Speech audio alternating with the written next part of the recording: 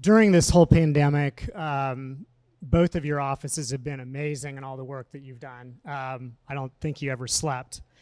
And I know we were working hard here, but it seemed like all the time there was something coming to my email box of stuff that you guys were working on. Sorry about that. And no, and it was incredible. And then we were getting that out to our membership. And we really, really do appreciate everything that you were doing for that.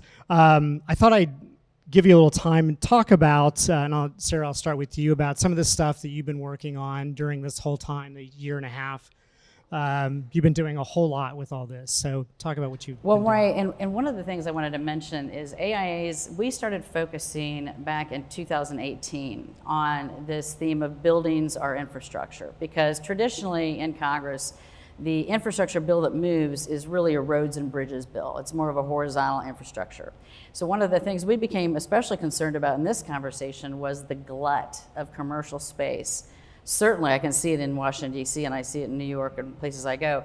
How are we going to repurpose that property? How can we turn it into housing? How can we turn it into medical facilities? And there's all this vacant space now that we're going to have to deal with and grapple with. So we wanted to make sure that we weighed in and talked about all the opportunities to include buildings and to include different projects in the bill. This bill didn't give us all of the things we wanted, but it certainly is a step in the right direction.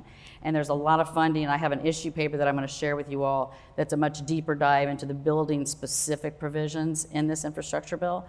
And then of course we're working on the reconciliation bill as well to see what more we can get into that bill.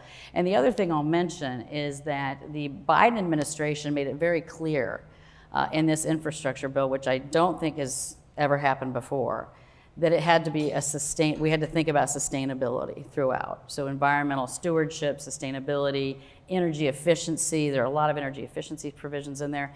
So that's a real shift on infrastructure from the past as well. So we're really working to take advantage of the opportunities here, but there are a lot of other issues, obviously, on the congressional plate. How many will they get to between now and the end of the year? Probably not many after infrastructure and general appropriations type work, but I suspect they have a number of issues they'll try to bring to the floor, but probably won't be able to move it through both chambers. So